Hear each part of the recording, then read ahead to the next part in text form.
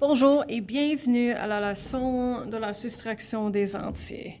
Alors, comme avec la leçon, quand on a additionné les entiers, il y a plusieurs différents scénarios. Alors, on va commencer avec les types de questions qu'on apprend, je dirais environ troisième année, quand le premier nombre est plus grand.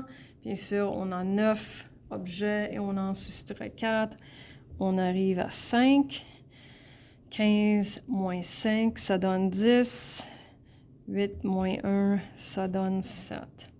Alors, deuxième exemple, et j'oublie si c'était la 7e ou la 8e année, mais quand on a le plus petit nombre qui vient au commencement. Alors, imagine, si vous voulez, 4 sur la droite numérique. Si on veut aller négatif 9, on va à la gauche.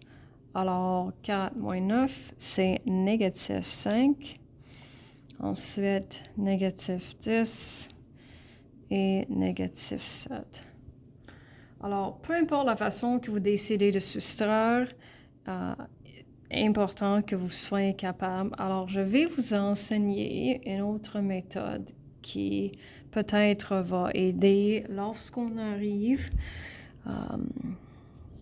ces types de questions. Et ça, c'est quand les deux nombres sont négatifs. Négatif, soustraction, le moins, ça signifie le même concept.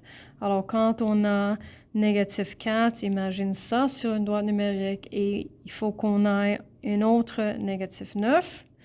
On va continuer d'aller à la gauche. On va arriver à négatif 13. Une autre chose qui fonctionne, si vous pensez que ça vous aide, c'est que vous avez l'option de faire ce qu'on appelle Keep, Change, Change. Et les instructions de ça, c'est garde le premier nombre le même. Ensuite, changer le signe de soustraction à un signe d'addition et change le signe du deuxième nombre. C'est pas nécessaire que vous le faites de cette façon, mais si vous trouvez que ça aide, allez-y. Alors, la réponse à celui-là, c'est négatif 13. Quand on suit ces étapes, on garde ça comme cela, on change ça à l'addition. Et l'opposé de 9, c'est moins 9. Et quand on additionne négatif 4 plus négatif 9, on arrive à négatif 13. Alors, si vous pensez que ça va vous aider, utilise-la. Négatif 15 moins 5, c'est négatif 20. Et ensuite, négatif 9. Alors, continuons. Voici les deux signes négatifs qu'on a ensemble. Garde ça. Ensuite, change ça à l'addition, ça à l'opposé. Et négatif 4 plus 9, ça donne 5.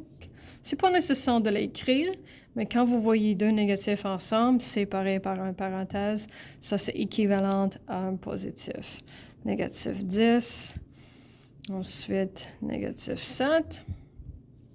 Et dernier exemple, quand on soustrait un négatif, les deux se sont positifs, alors on fait 4 plus 9, tout simplement 13, 20 et 9. Et on a fini.